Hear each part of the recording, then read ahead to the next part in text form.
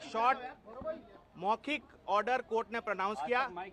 उसमें कोर्ट ने कहा कि अरविंद केजरीवाल जी को 20 दिन के लिए इंटरिम बेल दी जा रही है 2 जून तक, और कोई कैंपेनिंग के ऊपर कोई रिस्ट्रिक्शन नहीं है। वो क्या कह सकते हैं या क्या नहीं कह सकते हैं उस पर कोई रिस्ट्रिक्शन इम्पोज नहीं की गई है।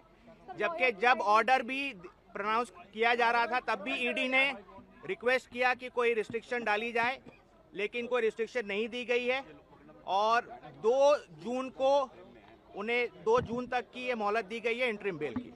अब मैं अंग्रेजी में बोलता हूं। आज से लागू होगी। और अभी जितना ओरली बोला गया है, ओरली ऑर्डर में और कोई कंडीशन नहीं है, लेकिन हमें लिखित ऑर्डर देखना होगा कि और कोई कंडीशन है या नहीं है, पहली बात। दूसरी बात, इस ऑर्डर जब ये अपलोड हो जाएगा और अवेलेबल हो जाएगा, इसके बेसिस पे ट्रायल कोर्ट रिलीज का ऑर्डर पास करेगा। हम कोशिश करेंगे कि जल्द से जल्द आज ही हो जाए। वो हमारी कोशिश रहेगी कि अरविंद जी आज ही रिलीज हो जाए, वो जल्द से जल्द रिलीज हो जाए और आज ही रिलीज हो जाए। इंग्लिश में बोल। Today at 2 PM the bench in court to assembled for this matter, and it pronounced a very short oral order.